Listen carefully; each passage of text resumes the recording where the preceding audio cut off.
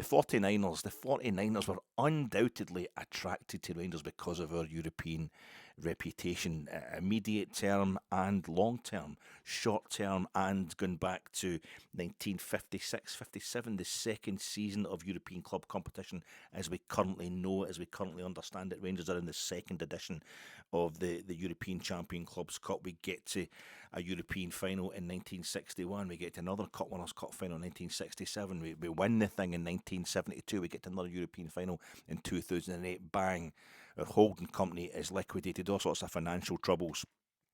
In 2012, we find ourselves in the lower leagues, the lowest league of league football in Scotland. But in 2022, we get to a fifth European final. What we had to go through to get to that stage again. Never mind playing in the lower leagues. Steven Gerrard comes in 2018 and he gets us through 4 qualifying rounds to get into a group stage European club competition that night against Rapid Vienna. The old Jambos beating Rapid Vienna tonight, earlier on today, to get through into the old, was it last night? I can't fucking remember. That was last night, I think. They went into the group stage of the Conference. I remember we used to slag them, we used to laugh at them. God, Conference League, that's the best Hearts are going to manage. They've been in there, they've been in the Conference League group stages before the Jambos. But Rapid Vienna, for us, means that night at Ibrox, the first properly big European night back at Ibrox since the travails of 2012, where we have group stage football back at the old Govan Palace, beat them 3-1. A great European name, Rapid Vienna, a club with a bit of a reputation of their own, decent support and what have you, but it's 2-1 to Rangers, and then Daniel Candeias does the back heel. We need the coup de grace, and it's the back heel that sets away Alfredo the Bull. And Mr. Mellis goes through on goal, and in it goes, and it's the greatest coup de grace ever delivered by a Bull. It was phenomenal. What a night that was. We were back. It was great. It was tremendous. And we had to do it again the following season, go through the 4 qualifying rounds. And this time we went through for the group stage. The following season we won the group stage after 3 qualifying rounds. And next thing we know, we're in a final. Steven Gerrard leaves, but Giovanni Van Bronckhorst continues his good work. We're in a European final. 5 European finals at that point, and it still remains true. Rangers had reached as many finals of European club competition as the rest of Scottish football put together. And I know we've not reached the big one. We've never got to the final of the European Cup or the Champions League. Celtic have done that twice. We've never got past the semi-finals. But I think in 2021, when we won the title the last time we were champions of Scotland, we were told that St Johnstone, who that season won the Scottish Cup and the League Cup, they'd actually been more successful than us because they'd won more trophies than we did that season. So if you'll just allow me to employ that same rubric in my hour of need, in my hour of desperation, what we did, the effort, the support, the club, the players, the management, everybody, to get us back. Not just, it was through European competition, but we weren't just getting back into European group stage and getting back into European finals. It was getting ourselves back. It was getting our sense of selves back, getting the sense of Rangers back. This is what we were all about. European finals. Celtic had the domestic scene locked down. They'd managed to do that in our absence over the four years that we're stuck in the lower leagues. But we found another way. There's another arena, and it's European club competition for us to shit all over that tonight. The 49ers were attracted to us because of Europe, because of what we were doing in Europe, because what we'd always done in Europe, and it's taken them 1 year to totally dismantle it. It had better be to build it back up even better, even more gloriously at the 49ers. Never mind Derek McInnes, the 49ers need to win us a European trophy to make up for what has happened tonight. As far as I'm concerned, went into Morrison's today, didn't I? Went into Morrison's, it's warm today. It was warm this morning. It's warm still in the night, actually, but sweating in here. I think it was warm in Czechia. It was warm up the north of the Czech Republic tonight, but I went a bit longer than I should go. I went a longer route than I should. Instead of just cutting up at Gennaro's, I walked on until Annie's Land Cross and cut up by the library. Came the long way because I'm morbidly obese, basically. I'm morbidly obese, and you've got to do a bit more exercise. The main thing is to eat as much when you get to my age, but I'm far too old to be just this fat. I'm always going to be fat now until the moment I die, but I don't need to be this fat. This is actually morbidly obese. You've got to a bit more effort and that, a bit more pain to get to where you need to be to get back to to what you were. So I went the long way. I come up by the library. I'm coming through like the kind of switchback side as opposed to come up for the Great Western Road. But as you go to cross the actual car park, more of the car park at Morrison's, I could hear this thump, this dum, dum, dum, this kind of heavy bass coming from one of the cars that was walking through, weaving my way through the cars to get into the shop itself. If you know Morrison's at Annie's Land, and in between the beats, it's obviously somebody had their stereo on in their car, you know, and it was just, even though the door's shut, it's just vibrating, you can hear it, you know, it's like when somebody's got their music up loud in their motor and you're passing by, but in between every beat, there was this beautiful female foreign voice. It was foreign language she was speaking, and I didn't know, I couldn't make out exactly what it was, but it sounded amazingly exotic, far better than anything you would get for like Paul Simon when he inflicted his version of Afro beats on us, whatever. But maybe a bit closer to something like Moby would have done, you know, when he's, oh, look at me exploiting people. It's a bit better, we're getting towards that, but it was nice, it was lovely. It was just the combination of this kind of almost techno thump, thump, thump, but in between, it was slow, it was really slow, and in between each thump of the bass, I was hearing this beautiful, it was reminding me of, you know, The English Patient, really terrible kind of wanky film from a kind of wanky book. Michael Ondaatje wins the Booker Prize. A lot of Booker Prize winning books are pretty wanky, but this was, you know, it's a decent film. Kristen Scott Thomas in it. She's always in Rafe's in it. Very glamorous couple. So it's a good watch. But the music was all very, you know, middle class English folks' idea of the exoticism of the Maghreb.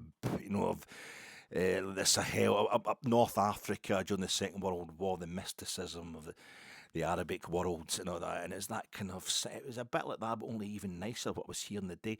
And then as I'm getting closer to Morrison's, if you know Morrison's in Annie's Land, it's you know, pretty standard when it comes to supermarket architecture, but it's actually a bit that the setup, you know, outside it, there's a kind of overhang. You don't go straight into the shop. You've got to go under this. It's basically a kind of arcade. It's like at the back of the Broomland and the Copeland and the Govan at Ibrox that way, but it's open. You know, you've got these big pillars, but they're holding up, you know, the first floor of the office buildings that are, it comes out further than the ground floor. So you've got this natural kind of arcade. And the female voice I was hearing, I thought was, you know, saying something beautiful and poetic in between the beats of this tune. It wasn't coming for the car.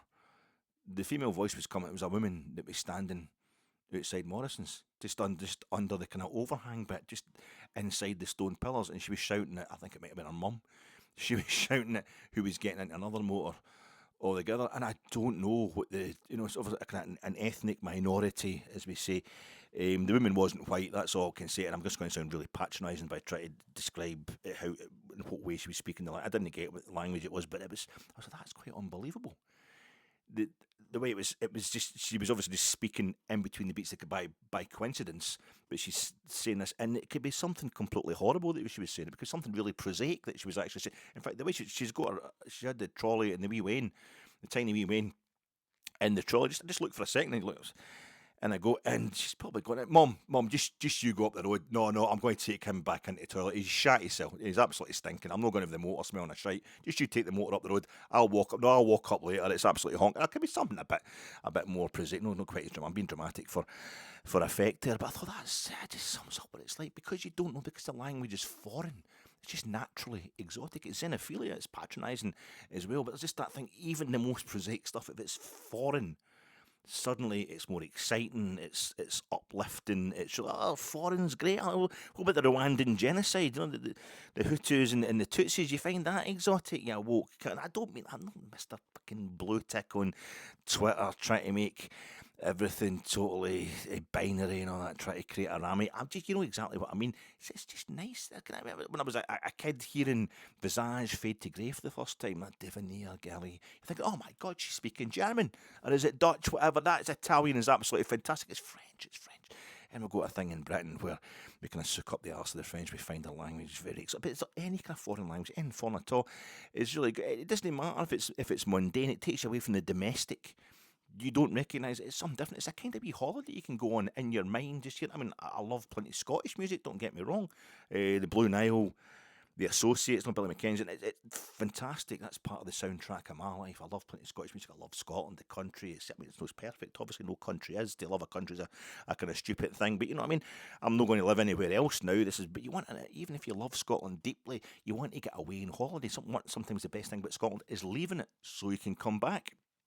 The best thing for anybody in any country staying, it's just the whole concept of being foreign. You get away with the domestic scene, and sometimes even the domestic scene is fantastic. There's no problems in the domestic scene.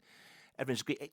You can embellish it, you can make it better, you can stop it getting too stale if you just go abroad every now and then. And folk who go abroad and they love it too much, they sometimes say, oh, let's just stay here forever in Spain or whatever, and they move over and become expats. And within a year, they find that, well, the holiday vibe completely dissipates if you're in the place. You've got to keep things foreign sometimes. You've got to keep involvement with foreign stuff, even if the foreign stuff isn't particularly brilliant, and even the domestic stuff isn't particularly bad. You need the foreign stuff just to keep the domestic stuff totally worthwhile. Not as enjoyable as it could possibly. And that was the only result I got was the day I walked into Morrison's, and they've got the big bags, the big Tetley's bags of 400 tea bags, £6.50. Usually £9 for 400. And last night I'd realised on Wednesday night I'd run out of tea bags. My missus doesn't have tea. She has coffee and or just hot water sometimes if it's a bit later at night. Me, I've got the decaf eating after 7 o'clock. No, big fat guy. Need to do something to try and lose some weight, and if I have anything caffeinated after 7 o'clock, I'm up for a week. So you need to get your sleep in on that if you try to do a bit longer walks to Morrison's, just try and lose a bit of weight so you don't have a heart attack before 60. But I have the decaf in there, but also mostly that stuff there, and it's the caffeinated Tetleys that I usually have during the day, and I'll have 3 or 4 of them during the day. So last night I was like, oh my god, I'm doing my last one. I had my last one at tea time last night. Tomorrow I'm going to go to Morrison. It's good to have a wee.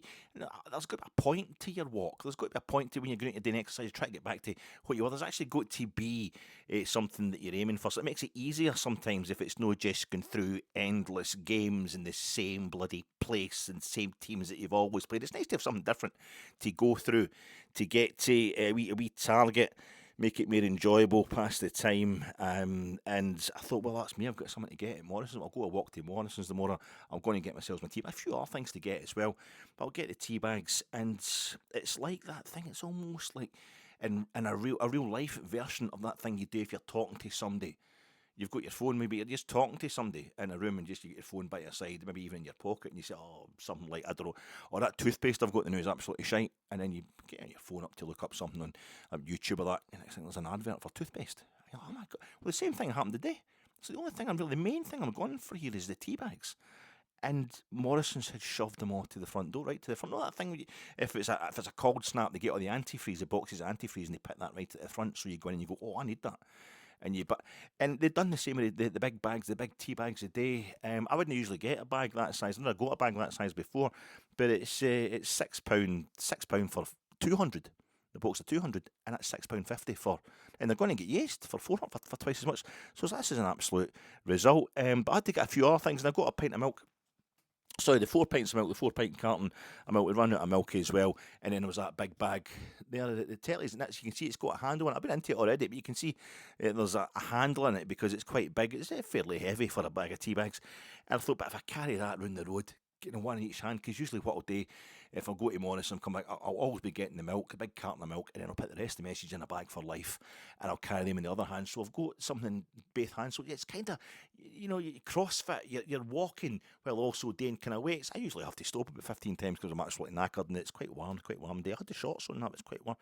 And I'm walking around the road with this bag, and I thought, no, because I also had got a chicken. I got my chicken for the Saturday because Rangers are playing on Sunday, so Saturday's free because we have a European game Thursday night, so Rangers are only playing a league game until the Sunday. So that's quite a routine you get into. So I'll have my roast chicken. I like my roast chicken on a Saturday, as a wee treat on a Saturday. So I go that in the day, chicken sell by date and all that. And there's a few other wee tin of soup, got some bit of cold meat, like a wee sandwich at the weekend, a break for the tuna that I have during the week, various bits and bobs, and it's quite a reasonably heavy bag full, so I had to put the Tetley's in, I had to put that in the bag for life as well, because I'm carrying that in one. But I was thinking about, if I was carrying just the Tetley's tea bags and the 4 pints of milk round the road, one in each hand, folk would be, a bag of Tetley's, it's almost got a big cup of tea on it, folk would be going, milk, tea, any sugar on you, mate, or something like that, and you'd be like, fuck off.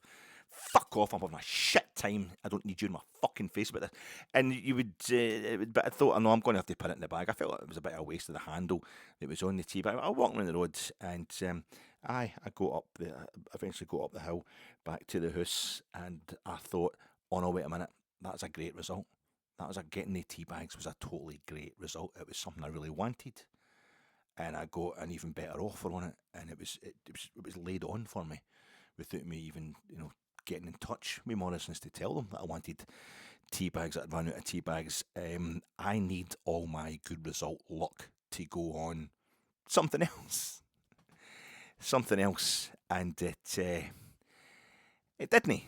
didn't go on that at all. How you doing, folks? Welcome to your Fatic immediate post. Before tonight, Rangers had lost 7 straight away from home in Europe. So that's now 8. We had failed to win any of our previous 9 away games in European club competition. That's now 10.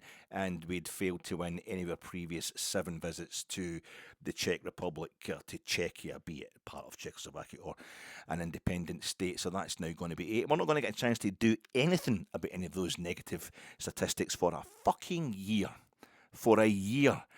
Reaction Pod coming to you in association with Jablonec. Check out Jablonec Friday night, 9 p.m. live on the Jablonec YouTube channel, and good luck to whoever is on that poor sod. I'm coming to you in association with Jablonec, and I'm also sponsored by David Soul, Paul Michael Glazer, and Antonio Fargas as Huggy Bear, Bernie Hamilton, because I'm in the fetal position. I just need something that reminds me of happiness that's outside football, outside Rangers, because that's only going to take me straight back to how I'm actually feeling right now. It's Starsky and Hutch on a Friday night, wondering if my mum and dad are going to let me stay up late enough to watch it. That's the only kind of... My name's Alec Anderson. Mise have seen the glory of the sacred wunderkind. You took me behind a disused railway line. You said, I know a place where we can go, where we are not known. And you gave me something that I won't forget too soon. And I can't believe it. These things take time. I know that I'm the most inept that ever crept. These things take time. My name's Alec Anderson, and I'm talking to you folks after Rangers went out. Our second straight European competition in the space of a fortnight. Rangers will not be playing European group stage football this season for the first time since Pedro Caixhina was manager of Rangers since 2017. Since the start of 2017-18 season, Derek McInnes was brought in to replace Pedro Caixhina. So he's tried to bring him in to replace Pedro Caixhina. Now he has replaced Pedro Caixhina. But it was Graham Murty. Graham Murty was the manager at the time we were approaching Derek McInnes back in 2017. We decided the setup at the club wasn't right, and that's fair enough. The setup up at the club wasn't right back in 2017. But he was brought in to replace Pedro Caixhina effectively after he'd been sacked a lot earlier than we thought we'd have to, after a few humiliations, one of which was going out in Europe to progress Neurocon. But it seems that Derek McInnes, who, to be fair, he's got the same kind of hair as Pedro Caixhina, same kind of thickness, very, very black. It's grey in a bit now, but he has properly replaced him. He's actually taken that a bit too literally. Do you want me to come in and be Pedro Caixhina? No, we want you to just replace him as manager. I thought you wanted me to be the next Pedro Caixhina, replace him, become Pedro Caixhina, because that's what he's done. I'm saying in my preview pod last night, and I'm making a wee joke about it, really, but a bit sardonic, but a bit knowing. I was saying that the stadium we're going to tonight, the Strelnice Stadion in Jablonec nad Nisau. That's the name of the place where we're actually playing, where Jablonec, FK Jablonec come from.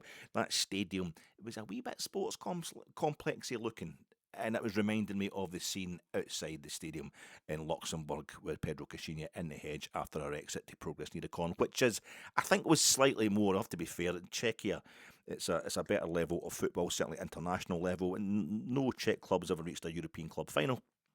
But generally they perform a bit better in Europe, far better in Europe over the years than clubs from Luxembourg have. This is not as much of a humiliation as that. It's a different kind of humiliation. It's coming damn close. That there's one stand missing. There's one end doesn't have a stand at Jablonec's stadium, and I thought that's looking right. There's bushes there, there's hedges, there's trees. It's the kids of Derek McInnes standing that at the end, trying to explain himself, trying to justify himself, and it came to pass. It came to pass. Derek McInnes, leave us anytime he wants us. I don't mean that. Derek McInnes has taken the lead in 3 of the 4 European games that he's been in charge of for Rangers, and we took a lead into this second leg of this Conference League playoff tie tonight, and he's still getting out of both competitions. He's still lost both ties. We scored the first goal in Bialystok against Jagiellonia. We scored the first goal against Jagiellonia at Ibrox, and the turn to level the tie on the night we went out of the Europa League, and here we are a couple of weeks later. We scored the only goal of the game in the first leg against Jablonec last Thursday night, so obviously took the lead in that one, and we've taken that lead into tonight's game, and we've still gone out.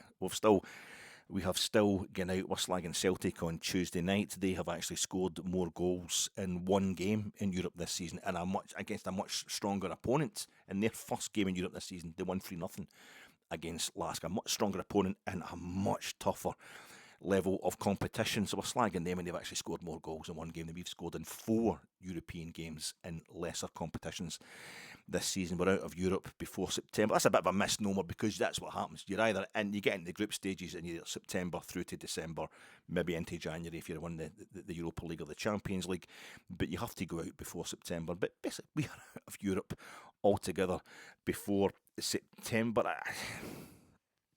For me, this is the same as Queen's Park in the Scottish Cup. This is the exact same as Queen's Park in the Scottish Cup. Derek McInnes was given this job because he knows Rangers. He gets it.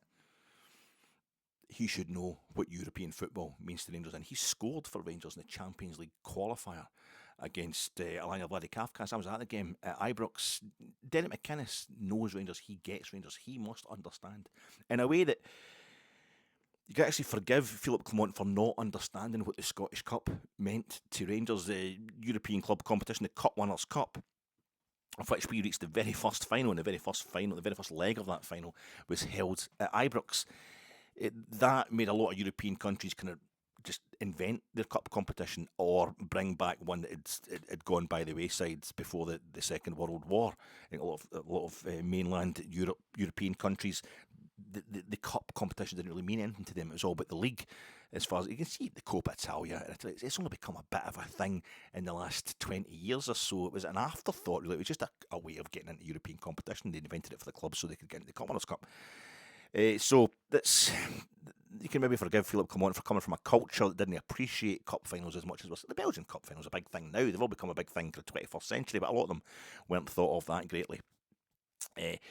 And he was told eventually by like Ronnie Esplin, my mate, that's you can't recover from that. But Derek McInnes knows what European football means to Rangers, and this is the equivalent. This is a sacking offence. I stop short of saying he should be sacked, because it's still part of the plan. It's still part of the plan. A lot of us wanted Derek McInnes to come back to the club, and I think that's why the 49ers wanted him to come to the club as manager for the first time. But we wanted Derek to come back. It's a homecoming, because a Rangers man, West of Scotland man, he says this himself, but also he understands the league. He understands the domestic scene in Scotland. That's what we just don't have, because we keep wasting all our glory on Europe. And Celtic fans keep telling us Europe's shite. They keep telling us because we're the only Scottish club to have won post-group stage knockout ties in the last 20 odd years. We've basically been at the bottom tier of Scottish League football and back, and we went a European final since Celtic before we went into the fourth tier of Scottish football, and a European final again after that. So and we've thrown that away. We've chucked that kind of legacy. We haven't chucked it away. We only spat in its face, as somebody in my kitchen who was watching it on a laptop was saying. He looked like me, but I don't know. It's not as bad as that. As it really is. It's awful. It's terrible. Derek McInnes, this idea is that he's just here to. It's almost like it's got to cost us European competition. We've got to kind of put it in the back burner. We've certainly fucking done that. So there's actually reasons for saying this is the way it's supposed to go. We've freed ourselves up to concentrate on the domestic scene. Well done. How fantastic does that feel? Graham Souness arrived at Rangers. Remember that? Graham Souness, he became Rangers manager. And it was only 2 points for a win in the league in the days, and he said Old Firm game doesn't matter to him. Celtic's just another 2 points. It's no more important than 2 points away to Falkirk or something like that. All respect to Falkirk. And then he said about a year later, no, I was completely wrong about that, because beating Celtic, the lift that gives the entire club and the support, it creates a momentum that carries you through other games after that. And if you slip up against Celtic, it's so debilitating. It can cost you more points. It's a kind of hangover from that.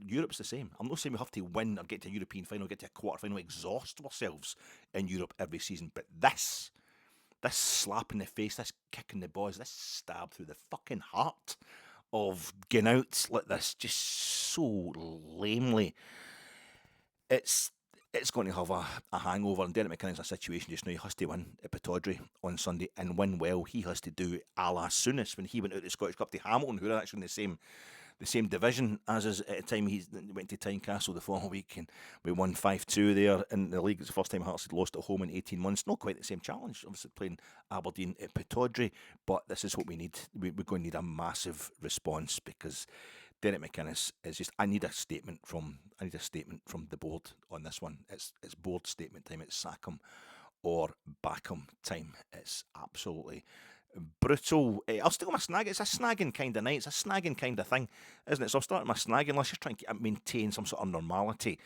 to the podcast, which I'm already losing control of. Really, I feel so angry. I can't properly. The preview pods that I did for this was too long, and it was too late. But it's still, I still got it up there a lot earlier than I got up there the preview pod for the first leg. But I was so tired, and it was so slow.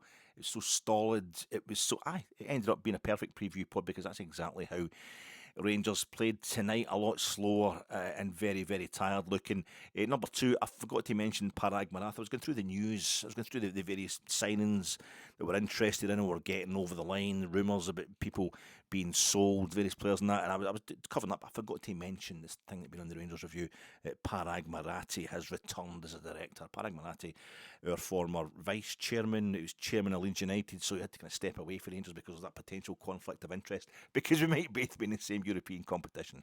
We might both be in the same European Leeds, who we put out in the playoff rounds for the first ever Champions League. We get into the first British team into Champions League, proper into Champions League group stage. Rangers, the first match, day one, we were there playing Marseille because we put out Leeds United. We beat them home and away, and it's a potential conflict of interest.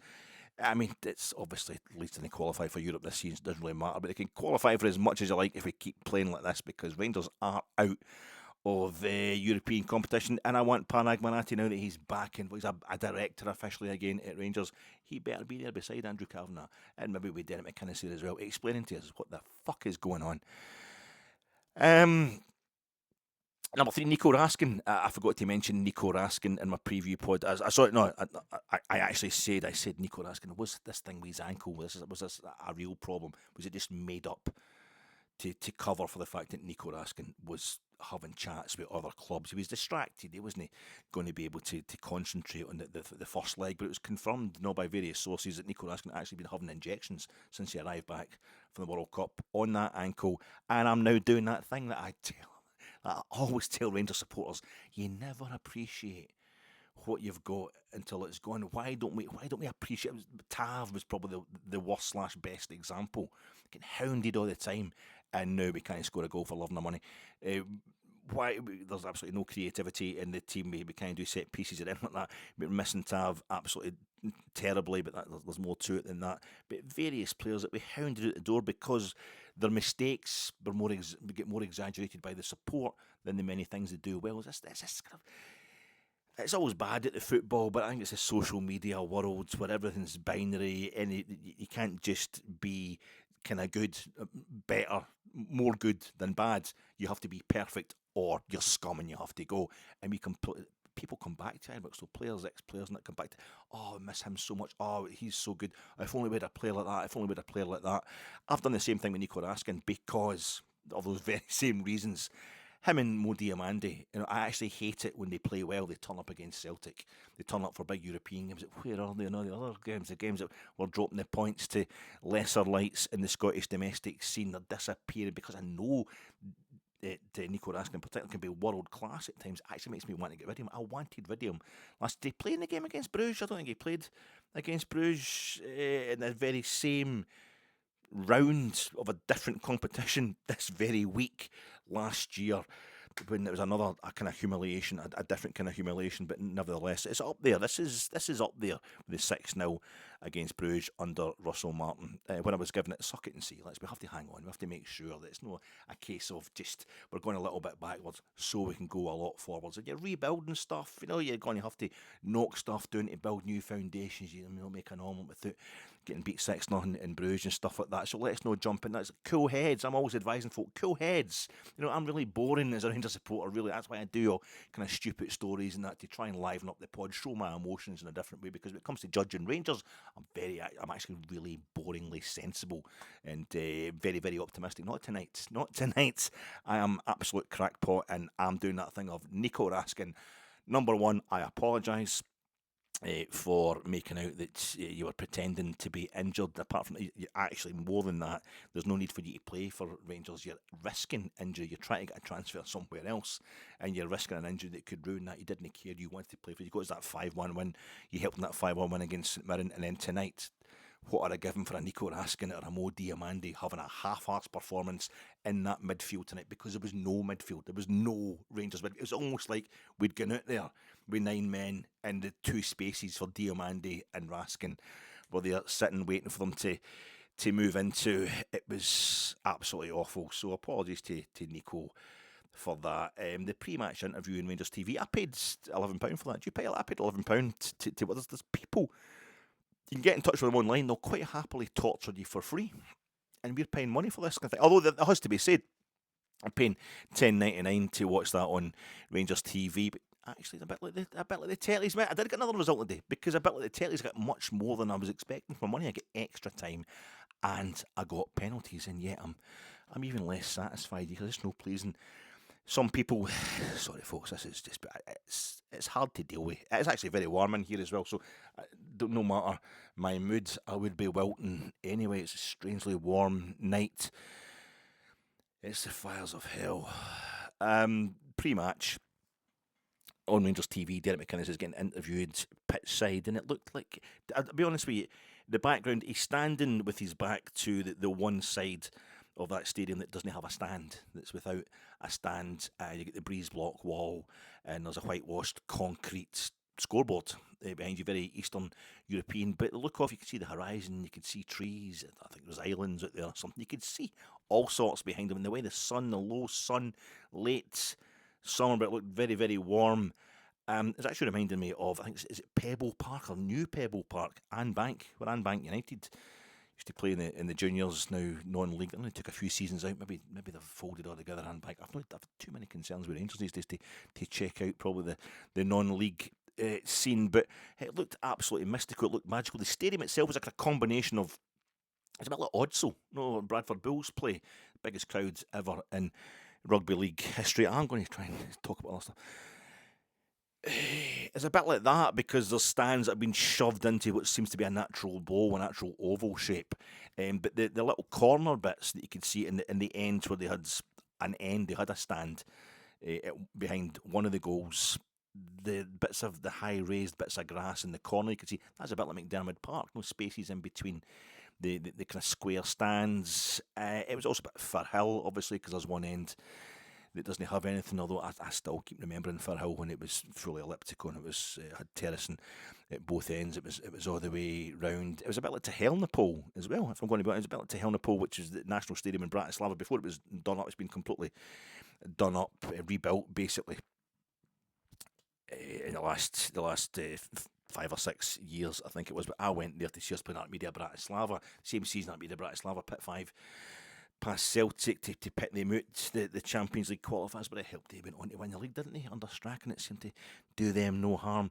But I was there, we were in the Champions League groups, so we got them, we drew 2 each with them in Bratislava, and it's the trees in the background as well. It's an elliptical stadium, although both ends did have stands in at that point, but again, it was a kind of running track in an elliptical stadium, and behind it, those trees that you always get behind Eastern European stadiums. But Derek McInnes is talking there, and it looked like it could be a Spanish training camp, and that's how we played. And he's telling us, but he's telling Rangers TV they've got to do last 5-minute intensity for the whole 90 minutes. That is the aim, because you don't want to go out here and try and defend the lead. You don't want to go out here and just try and defend the lead for the first leg, the 1-0 league we've got in the tie. You've got to go out there and try and win the game. That's the only way you're going to manage to even defend it. We should have tried to defend the lead. We should have just have sat all 10 players, outfield players, in the 18-yard box, because we would have had more chance of winning the tie, of proceeding, if we did that. Because every time Rangers tried to attack tonight, it was the worst possible thing for our defence. Any time Rangers showed any kind of positivity, and those moments were rare, when we were anywhere near the Jablonec box, our box was at its most susceptible. It was in maximum danger, because within a second, ping, long ball over the top, or hit the corners, just hit the kind of corners, and they were in behind us. It was awful. We're in all blue. The European home kit, different sponsor. Was it Team Talk? Team Talk was the sponsor because of something against bookies and Czechoslovakia. You know what happens in Europe. I think Jablonec's kit, I think that might have been their European kit as well. At first I thought it was dark green. I know they've got green. The colours are green, black and white, but I think it was actually black, and it's got a little lime trim with the white around their collar, white shorts and black socks with a white fold that also had a little kind of limeish trim, double trim on that. Very smart, but not nice colours as far as we're concerned. But I think they were in a European kit as well. Big night for them. European home kit. Jablonec, step by step to Europe, said the Ultras, the wee kind of tifo, the flag. With a couple of tifos, they brought another one, which was the Gablonec Juniors. They're very on kind of t-shirts and that, no masks they're tucked away in the main stand. In one section of the main stand, in the wings of the main stand, were the Jablonec Ultras. They seemed very nice. They seemed very kind of middle class and stuff like that. It seemed kind of harmless. It's a 3-sided stadium. The 2 wing stands seemed to be rammed from what I could pick up. And the one behind the goals, the one stand they had at one end, also an open end at the other end. The one stand they had, that's where the Rangers supporters were, and it was split into that kind of thing where they've got the fencing going up the middle of the aisle, as you get in Europe. You used to have it in Britain as well, to split up away fans. But there's like 2 wee separate kind of cages, and we were at the middle one totally packed, and the one in the wings, there was a few Rangers supporters in there, I think, dotted about, and there was some home fans in that stand as well. But they had Ayr, RSC, Girvan, Bells Hill, Chosen Few, East German Loyal. That was a good flag. East German Loyal was one for Forfar as well. There was the Falkirk True Blues. It looked kind of black when I'm watching it on Rangers TV. But it's actually dark blue, which is a Stroop effect. Makes you think about Falkirk. It's a deliberate thing. I don't know. The team, the club, Falkirk True Blues, and the Ayrshire Loyal. One for Blythe as well. Lots of flags. Everybody had a flag telling us where they'd come from. I don't usually do this thing. I don't usually do that. As I go to a lot of football matches myself, it's like it's a choice. It is essentially a leisure pursuit. The kind of martyr thing, you should refund the supporters for a performance like that. I don't really agree with that kind of stuff. But by fuck, my heart goes out to the guys and girls who were out there tonight, who've travelled all that way, even if it's just from East Germany, to get there to support Rangers and got rewarded with that. I'm trying not to do the sensationalist stuff, the spat in your face, but that's the way. It's a reaction pod, and I'm kind of genuinely feeling like that right now. It's an insulting performance from Rangers tonight, and I'm also dying to do that thing of saying, if you can call it a performance, a non-performance. It's affecting the vocabulary. It was so bad. We had the same starting 11 as we had in the first leg. Well, hello, Mr. Consistency. Where have you been? Where have you been, you sexy big bastard? Exactly the same starting 11, 2 weeks in a row. It's mainly because Ben Godfrey obviously isn't fit enough for... He's fit enough to get in the bench tonight, Ben Godfrey, but the idea that Manny Fernandez was going to drop out and Ben Godfrey didn't happen. Nico Raskin, of course, he's away signing for somebody else, hopefully get some money in for Nico, although at this point in time I'd be quite happy to see him come back for any moves to fall through. Lawrence Shankland is on the bench, the club captain. That's always notable, but the most notable thing was with the same starting 11 as we had last week. And you're thinking, this is absolutely fantastic. We set up in a completely, well, not a completely different way. It wasn't a 4-3-3. It was more a 4-2-3-1. I think at times it looked like 4-4-2. Chukwani this time is pushing up. He's pushing up beside. It looked like he's pushing up beside Ryan Nadiri. Certainly when we went forward, I thought Chukwani would sit deeper tonight to give us a bit more protection of our back four. But no, he was pushing up to support Nadiri up front. And Dan Neil's in there with Dragojevic, apparently, because I couldn't see them. I didn't know what was happening. Dan Neil a couple of times is going between the two centre halves. A couple of times he's pushing up, but he was wearing the captain's armbands, and he was just part of this catastrophe, this absolute catastrophe. He certainly played his part by not playing any kind of part whatsoever. We went down the right wing straight from kick-off. I'm assuming it was going to be Yokota, and he put a ball into the box, and it was a header, and it was the first of many of these headers. And to be honest, Jablonec had a few of them as well, but I'm obviously interested in the Rangers ones where it's a good ball into the box, and I don't even know what Rangers player it was, but it's a kind of, I don't want to ruin my hair. I've got the header on it. Oh, it's going goal bound. If this was in slow motion, it was a replay, you're thinking, that's maybe going to loop into the top corner. Maybe this is why we're seeing this, why we're having to watch this. But it just sails past the post or over the bar, because it just, it's schools football, and primary school football, it wouldn't get past the keepers. And that, it's absolutely pallid, vanilla, powder puff, just non-existent. There's no competitive edge to Rangers whatsoever in this game. They were totally disjointed. So that was our first attack within 30 seconds. I think it wasn't very good, but of course we've got ourselves attacking within 30 seconds. That was it. Was that our only shot on goal? We only, I think, recorded one shot on target all night, and actual, it could be registered as a shot on target. I don't really remember what that was, but Jablonec then started going down our flanks to start with and getting the ball into the box. Jamie Murphy, he's on co-coms with Tom Miller on Rangers TV, and Jamie Murphy kept saying they're getting first contact. They're getting first contact. They were winning all the headers in our box, and everybody that should be in our box seemed to be in our box. We're in the right positions for the old defensive stuff, but we were just letting the opposition players get to the ball first in our box from across from one of their players from the wing that we could see coming.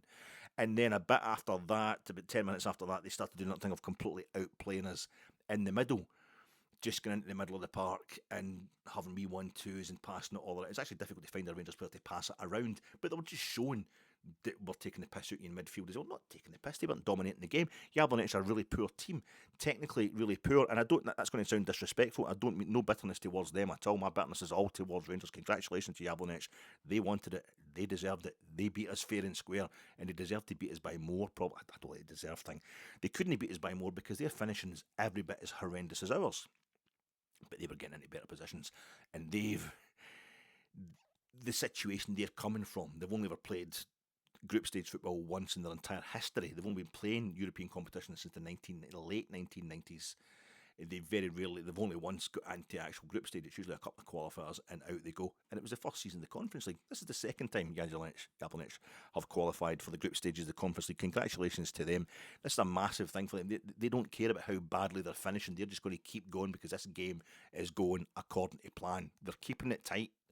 It's probably what they've been telling themselves. Keep it tight for the first 20 minutes. Jesus, they could have humped as if they really wanted to, I think. But their finishing was terrible. But all they had to do was knock it long, knock it up the flanks, and they were in behind us. We had the big number 44, Javo, is huge guy. You can't miss him. Really fast, really big. Given us a few problems at Ibrox last week. He's kind of walking through us at times tonight. There was a bit where Macania and Manny Fernandez were two centre-halves, seemed to be kind of arguing with each other over who should have got a hold of him. I didn't notice. How can you miss him? You can't miss the guy. You've got to try and go for it. It was a terrible first half altogether. I felt a bit like that. Was it the first the first term that Trump served as president? The first big protest, I think, was in New York. It was somewhere cold anyway. Maybe Chicago. There was people out in the streets, millions of them. out in the streets and they're all wearing their winter clothing. But one of the placards, it was like, I wasn't expecting much, but Jesus Christ, or I knew you were going to be bad, but Jesus Christ, it was like, that's how I felt about this first half. I thought we might go through 0-0 tonight. I thought we might go through with a 0-0. And I was looking for the double because I'd guessed the starting 11 correctly as well by saying same as last week. And I thought we're going to get the 0-0. That was the best result we're possibly going to get from the way we had started this game. Tom Miller and Jamie Murphy, I mean, all power to them. It's Rangers TV, they've got to be diplomatic in that. But I think Jamie Murphy says, well, we've only given up one chance, really. And this was the one where they just walked the ball right through the middle of us. And there was a fella, we don't know, we're looking for a flag to go up for offside. We don't know if it was actually going to be offside anyway. But it's a terrible shot. This summed up the fact that Jablonec, their finishing was even worse than us. But their chance creation was a lot better. He's basically clean through on goal with a simple ball through the middle.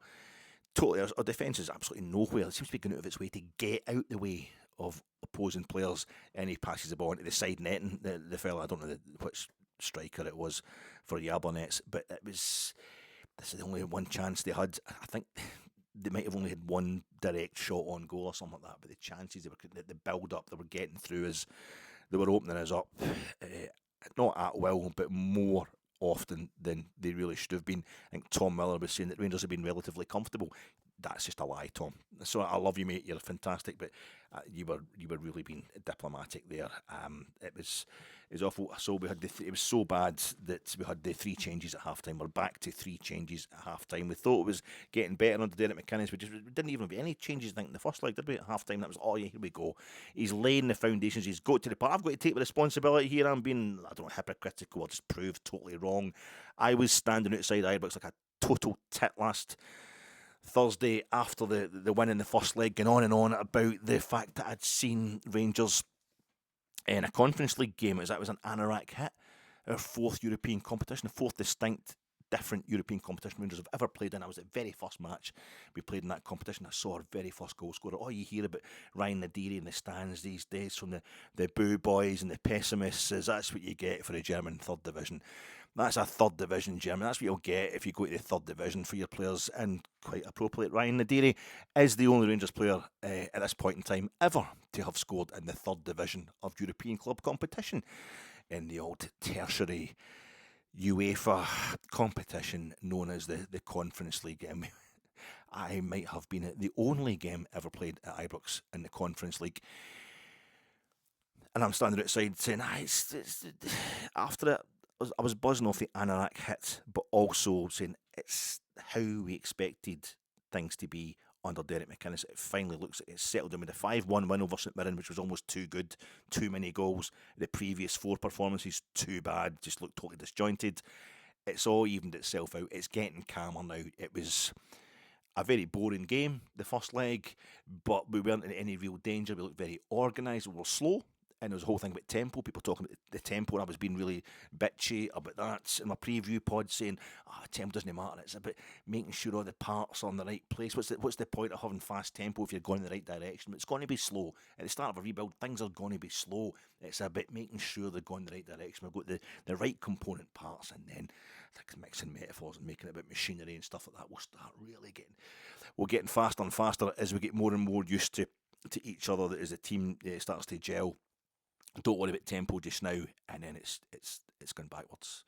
It's gone so far backwards. It wasn't even about tempo tonight. It was just about wanting to try and play football, about wanting to try and win. They couldn't pass to each other. It was a total non-performance. It's arguably the worst Rangers performance I have ever seen. I'm trying to think about worst Rangers performances, but it was awful. So we're back to 3 changes at half-time. Emergency stuff, frantic stuff from Derek McInnes. Who did we take off? We took off Yokota and Gassama, the 2 wide men, and we took off Dan Neil, who was just non-existent. There's nothing there at all. Maybe Dan Neil will improve if he's got better wingers, if he's got better wide men, if there's better players round about him. But Jagiellonia away in Bialystok, he was awful. Tonight, he was absolutely awful. We don't know. Everybody was awful. It's difficult to actually single anybody out when nobody could play well in that performance, which is everybody's responsibility. It's a team game. Off he went. On came Connor Barron, the lesser spotted Connor Barron, who we all think is going to be leaving, but he comes on Also, Finlay Curtis and Lauren Shankland. Lauren Shankland. We brought on Lauren Shankland. We didn't take off Nadiri, so we changed the formation. It's the first of a few formation changes, in-game formation changes. We went to 3 at the back. Chukwani come back and he sat with Connor Barron. I think Dragojevic kind of went into a 10 position behind Shankland and Nadiri. You've got Dujon Sterling pushing in to go 3 centre halves at the back, and Finlay Curtis is a wing back, right wing back, and Penrice kind of pushes up to be left wing back. Fair enough, because he looked a bit dangerous, Jablonec, but maybe it's a way of support. We had to try something different anyway, so I couldn't really blame him for the first shape change past the fact of he's obviously started the game completely wrong. He set us up completely wrong at the start of the game, Derek McInnes. But I think we were straight under pressure. We're under pressure straight away in the second half. It's the 55th minute before we get a corner. We started getting into the game slightly. We won a corner in the 55th minute. It was our first corner of the game, and that immediately results in them going clean through on goal. I think it was offside eventually. Finlay Curtis get back to kind of tackle the guy who also missed his shot. But we've got a corner, first of the game, and within a second they're in on goal, basically directly through, ball over the top. They're in on goal. Asgard come on. Apparently, I've heard reports that Tello Asgard, I'm being sarcastic, as Homer would say, he come on the hour mark for Dragojevic, so he went in at 10. No number 6. This massive 6-shaped hole. Nobody's controlling the game. Connor Barron, I say, and Chukwani, they went back and sat as a kind of 2 in front of the 3-man defence to give that a bit of protection. And you're then up to the 10, basically, before there's nothing in the middle. There's still nobody, just picking passes and try to give us a bit of shape, a bit of cohesion. There was just nothing there at all. Finlay Curtis fired one across from the right-hand side to Nadiri, who was just, I don't know, penalty spot, and he tries to either header it or hitch kick, kind of half volley it, and he gets it completely mixed up. Does something that it looks like he's having some sort of fit. He completely misses the ball anyway. That was the best we managed in an attacking sense. We're so porous, no foothold in the game. It's not just that we can't get a foothold in the game, it's any attack from Rangers is more dangerous for Rangers than it is for Jablonec. I've never seen such a... Anyway, I'm repeating myself. 74th minute, that was the goal. And of course it comes from us being at the corner flag on the Jablonec end, up at their goal. I think it's Nadiri and Lauren Shankland are up at this the corner flag, and next thing we know, diametrically, it's diagonally opposite. The ball was up at it's James Penrice. It's up in our left back position from our 2 strikers having the ball in the diagonally opposite side of the pitch, opposite end of the pitch. And the fella just turns Penrice inside out, and he's at the edge of the 6-yard box, and even the Jablonec players can't miss from there. Just kind of slashes it across and under Pandur, and it goes to the net. 80th minute, we bring Nadiri off for Nedeljkovic. So Dujon Sterling stays on the park at this point in time. We bring on the right backs. I think so. Nedeljkovic, Finlay Curtis, he tucked in at that point. He kind of goes midfieldish to support. I think it's him and Asgard are supposed to be supporting Lauren Shankland on his own up front. And Nedeljkovic, new Serbian right back, the fella we signed last week, he came on as a substitute at the end of the first leg, so he's playing right wing back. I don't know if another shape change or whatever. 90th minute is a free kick for us inside their half, which kind of sums up how it went. It's a free kick for us deep in their half. It's the 90th minute. This game is going terribly. We're going to do really well just to get it into extra time. And there's no way we're going to score, but at least we can keep the ball in their half of the pitch. And it's big Manny Fernandez, whose defensive abilities are not the greatest. I think the best moment we had in the whole game, it was Macania, our other centre half. He's the only guy, I think, that went up and beat a few players. He hit the byline and cuts it back into the box. A bit of proper silky football. It's our centre half. There's nobody there to get it, of course. But Manny Fernandez is really good with the ball at his feet, and it's a dead ball, so he's just looking for a Rangers player to hit. And we seem to kind of be bumping into each other. This happened in the Jablonec box as well. Finlay Curtis getting in the way of Lauren Shankland when they both could have had a clear shot on goal.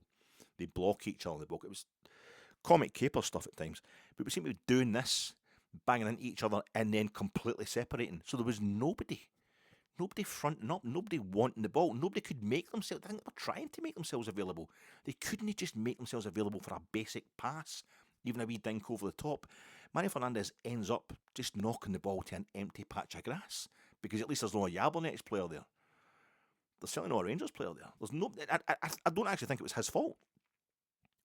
We managed to recover from that, but still, Jablonec end up with a corner in the 92nd minute. There's 3 minutes of injury time, and we end up giving them. They were hardly winning any more corners than us, but we give them one 2 minutes into injury time. We'd be trying to lose this game from the moment it kicked off. In the it was at 92 minutes and 20 seconds. There's a free kick to Jablonec inside their own half. A guy turns around and tries to shoot from inside his own half, and it went over the bar. But it was, even Pandora was scrambling. They were so sharp, so up for it. It didn't matter how bad they were. You know, that whole thing of, what is it? Hard work beats talent when talent decides not to work hard. This is exactly what was happening tonight. I'm going to stop short of saying I want Derek McInnes sacked. I think it is a sacking offence because it is the plan. The plan is that Derek McInnes kind of puts Europe in the back burner. He's put it in the actual furnace. But that was part of the plan, to concentrate on domestic stuff. And I did last season. We're equally humiliated at this stage in a different way by Club Bruges. I was saying that we shouldn't sack Russell Martin until we're 100% sure that the same thing wasn't. It was a plan that was requiring us to go back. It was a wee bit. Let's just check that's actually the case. And see, I don't want to be clipped up in me. I don't want to be when Alex Ferguson was under pressure at Manchester United, and they get saved by that goal. The Coventry manager scored from. Again, the previous Coventry manager scored against Nottingham Forest, the City ground in the FA Cup. But they would all show you the clips of the guys with, Fergie, time's up, Fergie, you're getting sacked, etc. etc. I don't want to be one of the guys that's, when we win the treble at the end of this season, that people are saying, I remember this guy, remember this clown, this podder, saying he's got to go, Derek McInnes has got to go. If Derek McInnes is still here at that time, I'll be, he could be. Extra time away from home, having chucked our lead and looking totally rudderless. I actually wrote this down, so I'm reading off something here because it goes so bad. I was actually wondering, what am I watching here? I was staring through the screen. That's why I was watching all the flags behind the goal. There was never going to be a goal, especially for Rangers. So you just end up looking at stuff in the crowd and all that, and what's happening here, and listening too much to what Tom Commentator and Jamie Murphy are saying. And I have to. Jamie Murphy playing for Rangers broke his leg playing against Kilmarnock at Robbie Park in the League Cup. It was out for ages under Steven Gerrard. Jamie Murphy, this guy's played professional football. He's hard as nails. He's a really lovely guy. Jamie Murphy, he's working for Rangers TV, and Tom Commentator, absolute legend of Rangers media people. But they weren't helping because they're both quite quietly spoken. Tom Commentator will do this thing. Tom Miller, he kind of intonates, he talks into himself in the quieter moments, and this game was nothing but quieter moments. When the opposition score against Rangers TV, and it's a goal. He barely raises his voice. And Jamie Murphy is so kind of quiet and softly spoken anyway. It was like their voices were reflecting exactly how Rangers were playing. Pallid, vanilla. It wasn't quite acknowledging the absolute desperation of the situation. In fact, its failure to acknowledge the desperation of the situation was just making me wonder if I was actually cracking up. What I'm watching here is a catastrophe in the making, and a disgrace, a disgusting performance. Derek McInnes, disgusting. And it wasn't being reflected at all by the commentary team. And I know that they're working for Rangers TV, they've got to be diplomatic, but Finlay Curtis had a header from a Lawrence Shankland cross after another one of those kind of powerless jobs after the tap. He's it floats in the right direction but doesn't actually go wide. That's about 2 minutes into injury time. The 103rd minute, they float one across their goal. They had that a few times tonight, Jablonec, where they would get across, it would go across Panda and it would go past the far post. One is going to go in. Well, one did go in. That was all they required on the night. 105th minute, Jablonec cleared it poorly. This is right in the stroke of half-time and extra time. A big Chuck Wani gets in there. It's just outside their box, and he heads it down beautifully to Finlay Curtis, and Lawrence Shankland makes an expert run inside him, which means one simple ball for Finlay Curtis, and Shankland just threw on goal. And he can't make the pass, young Finlay, he can't make the pass at all. Head in his hands, not for the last time, unfortunately. Second half of extra time, we bring on Bojan Majowski, bring him on for Dujon Sterling. I don't even know what the shape is by this point in time, how many different formations, how many different tactical blueprints have been ripped up in the course of this debacle, but I'm thinking Bojan Majowski, North Macedonia, it's more kind of Balkans than Eastern Europe, but still Warsaw Pact countries, former Warsaw Pact countries, North Macedonia. It's practically next door to Czechia, isn't it? So he'll know this league. He'll know how these guys think. He'll be able to do something, and he'd about 2 seconds of looking like he might score until we all started getting in each other's way in the opposition box again. They flash another one across our goal, just drag it past the far post. Shankland and Curtis getting each other's way again as we try to a congested Jablonec box again. 113th minute, they almost unlock us with a long ball over the top. They're not that good, but they're a team. They're trying. They're sharp. Just simple ball right over the top, and they're in behind us. We just managed to get a wee tackle in there. It's not Alashkert. I thought this might be Alashkert. We had dropped from the Champions League qualifiers into the Europa League qualifiers under Steven Gerrard, and it felt like after the Lord Mayor's show, here we're back in the Europa League. We want to be in the Champions League group stages. We're playing a Europa League qualifier against this mob from Armenia, which said, and we get a man sent off, like Cammy Devlin last week. He's going to have to take a bit more responsibility. Sold the jerseys, I think, last week. We just at a point in the game where we looked like we might score another goal. We thought it was going to be like John Lundstrom against Alashkert, and we eventually won the tie. A drab 0-0, a tense 0-0 in the away game. But no, it's Progress Niederkorn. The first time we played Progress Niederkorn. It's not Alashkert under Steven Gerrard. This is Progress Niederkorn under Pedro. Asgard, is he even in the park? Is he playing? 117th minute, 3 minutes to go of extra time. They again outplay us in the space between the fullbacks and the centre halves, which they've been hitting. Not as merrily as Jagiellonia did, but they certainly identified that as a weak area for us. And again, the Jablonec player, he ends up having a wee shot, a really tepid shot that goes. Even Pander gathered a lot of shots quite easily tonight. There was one that bounced off him, I think, at the start of extra time, but didn't come to anything. But it was just because Jablonec didn't have that composure in the box. If the fella looked up, he could have passed to a colleague, but he should really have had a far better shot on goal. But, we've got away with it again. I thought to myself, Asgard, 120th minute. It's a corner. Rangers, it's a last minute of extra time. And Rangers we've got Simon Ireland, we've got our set piece expert, we've got a corner. It's Stello Asgard. He come back early, for the Norway team that been at the World Cup. He didn't want to take any more holidays. He wanted to get back and prove himself. And it's a corner, and he knocks it straight out. It just goes right over. I mean, it did clear the first man. That's the annoying thing. But a free kick, and was that the first half? James Penrice as a free kick. And they do that thing, they make the mistake, the cameras are showing you the angle from directly behind, it must be up the other end, so you see the full width of the goals, it's square on the goals, and the goals look huge. And you're thinking James Penrice is just going to curl it right in that top corner, and he just hits it off the wall. Just hit it. I mean, Tav had a hat-trick tonight probably, but James Penrice just hits it straight after the first guy that's wearing a Jablonec kit in front of him. Here's Asgard doing the opposite. It just goes straight out, misses everybody, but we don't have any players at the back post or even hanging about at the edge of the 18-yard box, the acres of space that are being offered there. It's a disastrous performance. Penalties are not a lottery. They are absolutely not a lottery, a penalty shootout. That's kind of crap that you heard spoken about it. But anybody who goes into the team that goes into a penalty shootout feeling better about themselves, feeling better about the performance they've just put in to get it to penalties, they've got a massive advantage. Remember the England-Portugal game, Euro 2004, was it the quarter-final? The goalie saves one penalty, and they just need to take another one. The next penalty, and he scores a winner. He scores a winning penalty because he's buzzing off his save. He's just made. He's a bit of a penalty taker as well. Euro 2008, it was Croatia against Turkey in the Ernst Happel Stadion, Prater Stadium in Vienna. Extra time, no goals. 119th minute, Croatia take the lead. That's it. Game done. What a time to score. Turkey got the park and equalise in injury time and extra time.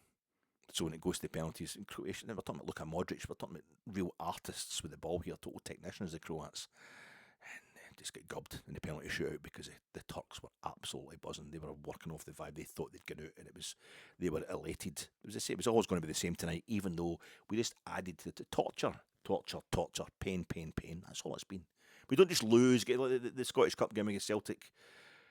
The last time we played penalties, last time we had a penalty shootout, the Scottish Cup quarter-final against Celtic at Ibrox last season. It's not just that we get beat. It's not just that we lost the tie. We have to play most of the game thinking we're going to win. And then realising into extra time, this is rope-a-dope here, isn't it? Celtic don't get a shot on goal. We're camped outside their box the entire game with a goal chopped off. It should have been chopped off, no complaining about it, anything like that. With the ball in the back of the net, I think Big Fernandez kind of basically basketballs it in, he throws it into the back of the net. But it's just us the whole game. And then it goes to penalties, and the captain steps up, Tav, and he misses the first one, and it all goes to pieces. That's it. Because Celtic had done well to get it to that point. They thought they were going to get hammered. They thought that they were under the cosh the whole game, and then their fans are on the park taunting us, and then they're claiming innocence when our fans go on the park to get rid of them, to get them off our pit. Nobody else was going to stop them. So it's not just the pain of defeat, it's the way it's happening. We get set up all the time, and even tonight, in the penalty shootout, we take the fucking lead again. Or we're the first ones to save a penalty. Jablonec are the first ones to miss it. We look a bit young. Was it Derek McInnes that said that? We look a bit young. We need more experience. That's how we looked last week. Just to get the tempo up. Derek McInnes was complaining about the tempo in the first leg. The tempo, a bit more composure on the ball. No arseholes getting themselves sent off at the very point that we looked we might actually win the tie. So we looked a bit young. So we put up the captain, the club, Lauren Shanklin for the first penalty, and Bojan Majowski, seriously experienced. They put away their penalty. We're taking the penalties first. Jablonec are following us. It's 2 each, and Jablonec step up, and Ivan Pandom makes a great save, a fantastic save, and that's it. I have this thing. The whole thing about football, I mean, it's been done to death since Fever Pitch and Nick Hornby. It was in 1992, Nick Hornby brought out Fever Pitch. That thing about how football, this is one of those nights when you question it. When you have a fantastically positive result, when you have a great result, I feel it more powerfully. Then you're like, why does football mean so much to me? Because I feel so happy. It's changed my life. But you also feel when it's some of the worst results in your history, and this is definitely one of the worst results in our history, you also feel it quite keenly then. Why does football mean so much? They've got so little control over it. You can support your team financially, and you can go along and make as much positive noise as possible at the ground if you're actually attending the games. But basically, there's not really a lot you can do, and most of us don't meet the players. We're not involved in the team directly. It's quite a strange thing to invest so much in something you have so little control over. So you get superstitions, you get these little superstitions, these little habits that you notice. And mine is that if I don't cheer a Rangers goal, that will be the last goal we score. We will lose the game. And I think I developed this thing in my 40s. In my 50s, with Rangers at Rugby Park. It seemed to be Rugby Park with years and years of, we'd be playing terrible at Rugby Park, and I was really angry with the Rangers' performance. And then we would score. We'd either take the lead or we would equalise. And I'd be so pissed off with how we were playing and so unconvinced that this would make a difference that I wouldn't cheer the Rangers goal. And we would lose the game. And that's my problem. There's been times Rangers have scored a goal when they're playing poorly and I've went, yay, just to technically cheer it despite myself, because I've got this kind of superstition.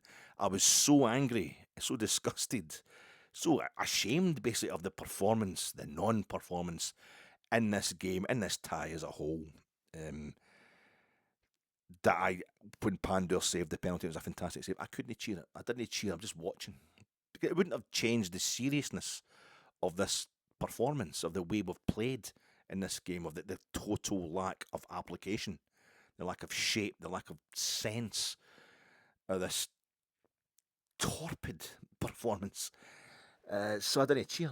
And that was it. Finlay Curtis comes up to take the next penalty to put us into the lead in the penalty shootout, and he puts it over the bar. He's never looked younger.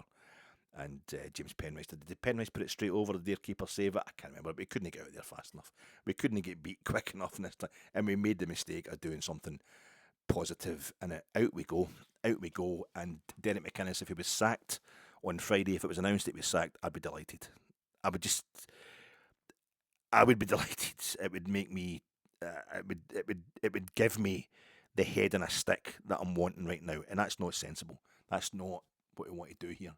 2002, 2003, also against a Czech side, Victoria Zizkov, we went out of our only European tie, the only games we played that season, home and away against Victoria Zizkov, and out we went, and we won the treble. We won the domestic treble. We had no Europe to bother us that season, so to speak.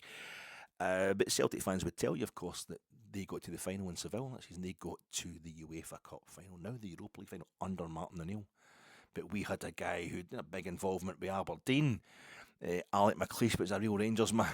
Through his family, he definitely knew the Scottish scene really well. Alec McLeish, and he won us the treble. But Celtic fans would tell us nobody remembers that because Celtic got to a European final in Seville. I have a worry the 49ers are listening to the Rangers support. Something I think they're actually listening to the advice they're getting from the stands.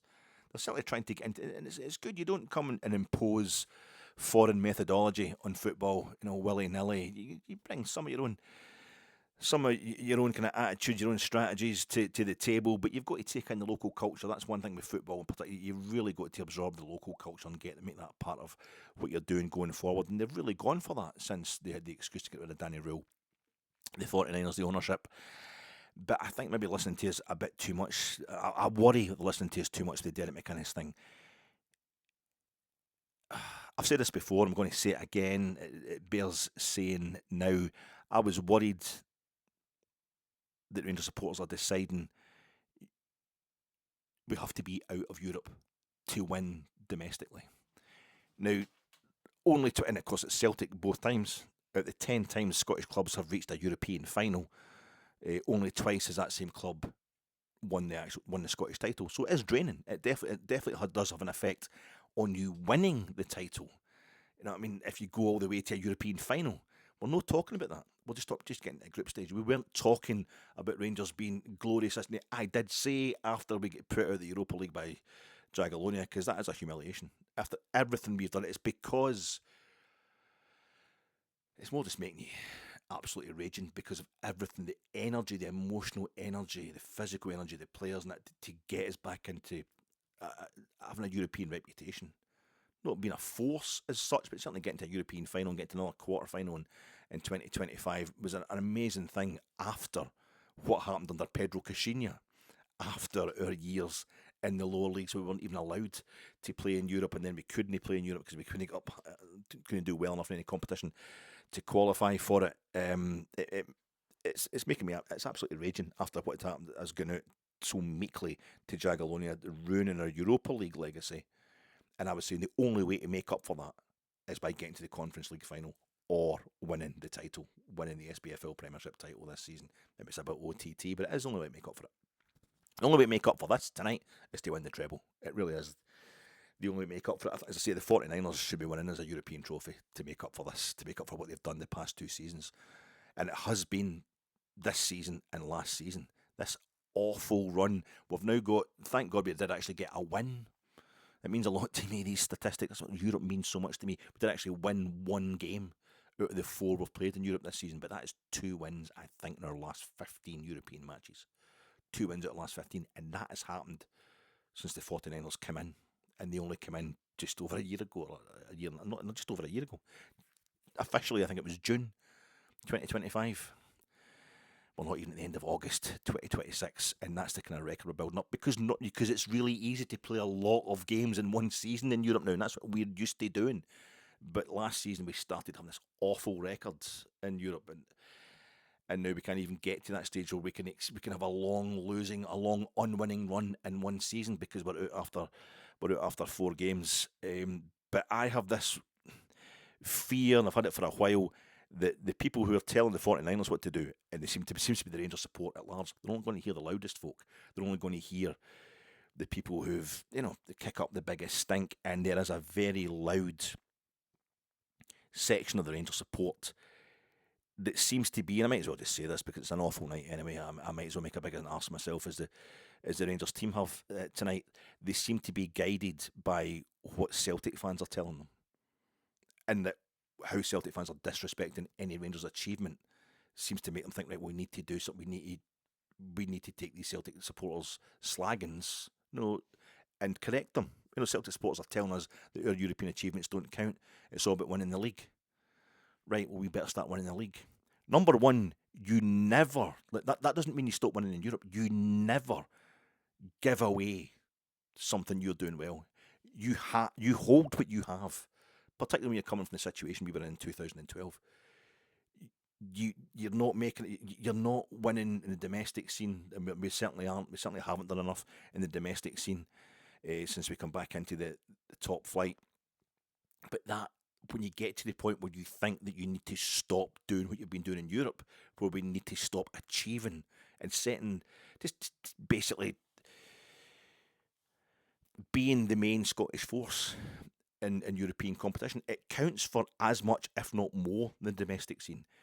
Celtic supporters are obvious. Celtic supporters will never. Let me tell you a wee secret here. They will never praise any Rangers achievement. They will always put down, and we do it with their achievements. We tell them that the only reason they have won 14 in the last 15 league titles is because we went into the lower divisions. We checked out of the top flight for 4 seasons, and it should have only been 3 seasons. We didn't even get at the lower leagues as quick as we could have. That's no Celtic's problem. That's not that's their fault. That's not their problem. What are they supposed to do? Of course, they're going to take advantage of the fact that the second kind of major force in Scottish football, the only club of a size that can rival them, is in the lower leagues at that time. And we're trying to get back to being the number one force in Scottish football. But we're the number one force in Scottish football in Europe. We're a Scottish team in Europe. It is a Scottish achievement. It's still, it's a different sphere. It's a different competition. It's a different arena. But that's what it's all about. It's about Rangers. And what we do in Europe is every bit as much a blow to Celtic supporters who were been telling their board for years, spend the money to do something in Europe. That's the only place where Rangers are embarrassing us. Spend the money to do something in Europe.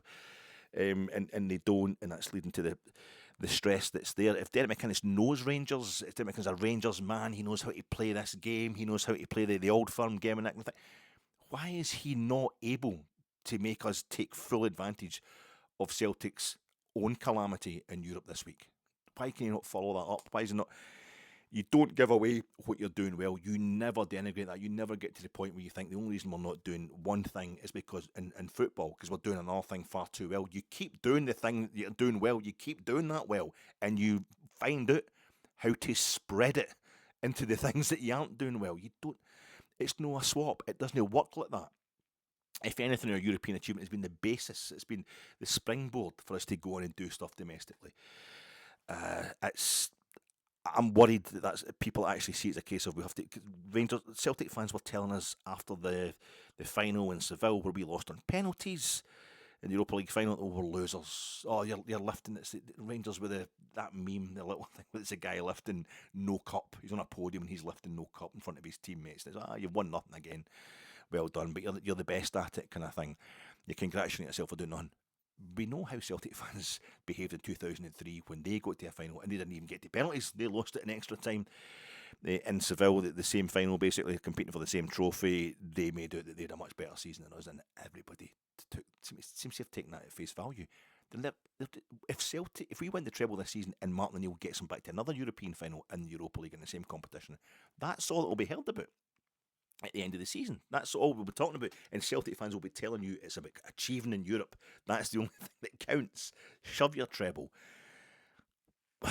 We've given away the one thing. This is a massive, massive gamble right now, I think. I know we've got very expensive players arriving in the door. We're going to have to get a few more in, and we don't have European competition to attract those players. That's what it starts to fucking hit you. It's no straight swap. Europe for domestic. They need each other if you want to be the club that we should be. But what am I saying? Sorry, I'm completely losing the plot here. I'm not used to being this genuinely angry. I'm usually trying to be sensible and say, let's see the long term, blah blah blah. But we've got players coming in.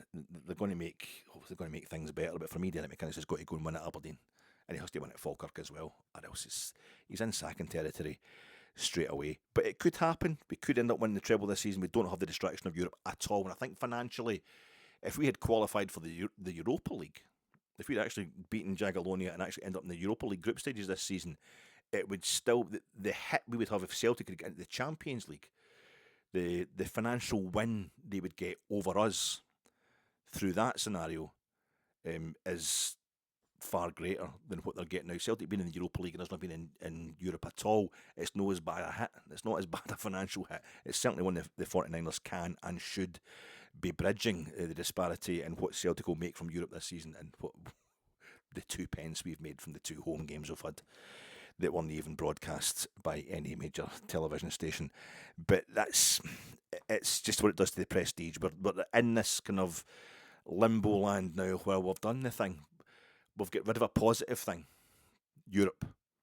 Now we have to make sure we pay for that. We have to make sure that the gamble, that the reason we think we're doing that, and I think it's a bogus metrics, a bogus reason, and it's a bogus basis.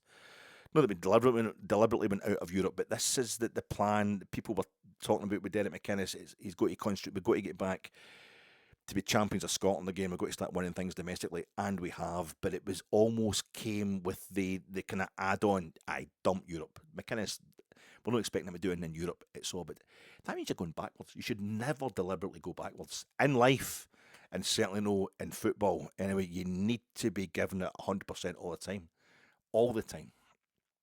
Walter basically, probably cost us the title, and Walter Smith himself had said, I think privately, that getting to the final in Manchester is what cost us the title in 2000. Probably cost us the domestic treble in 2007, 2008. I wouldn't swap it for the world. It was I hadn't seen us in a European final, and it was 36 years was far too long for Rangers. It is a drain. It does have a, but it's also what fed it. It's also what feeds it an amazing season. Being able to do well in both spheres, it's a huge risk. What we've done tonight it's a huge risk. We now don't have Europe, and we finished third in the league last season. Hearts and Celtic are the only 2 Scottish clubs in Europe this season. It's Hearts and Celtic who finished second and first last season. We've got to hope that being in Europe this season, which Hearts weren't last season, has a bit of a drain on the Jambos, because right now, I mean, it could be any number of clubs. You don't know how badly this is going to go. If we're going to stick with Derek McInnes, we're going to see it as a long-term plan under him. Are we going to finish below third in the league this season? Are we going to go properly backwards? I don't know. I just think it's an awful night. It's a horrible night, and we're going to have to win the treble this season. Never mind just winning the league. Winning the league would do it, obviously. Who am I trying to kid? But we need to be beating Celtic in that fucking League Cup game as well.